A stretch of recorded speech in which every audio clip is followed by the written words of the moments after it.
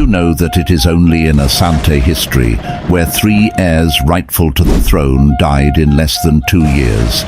Why did the gods use Okomfo, Anokye, to warn the Asantes against making any fair-skinned person their king?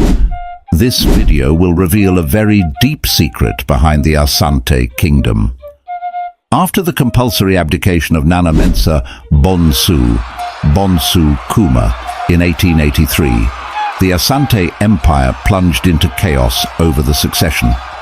The conflict over who should ascend the Golden Stool led to unprecedented turmoil, with multiple candidates meeting untimely deaths.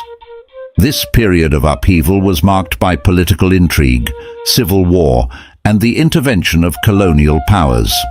In this video, we delve into the remarkable and tragic series of events that saw the deaths of 3 legitimate heirs in quick succession.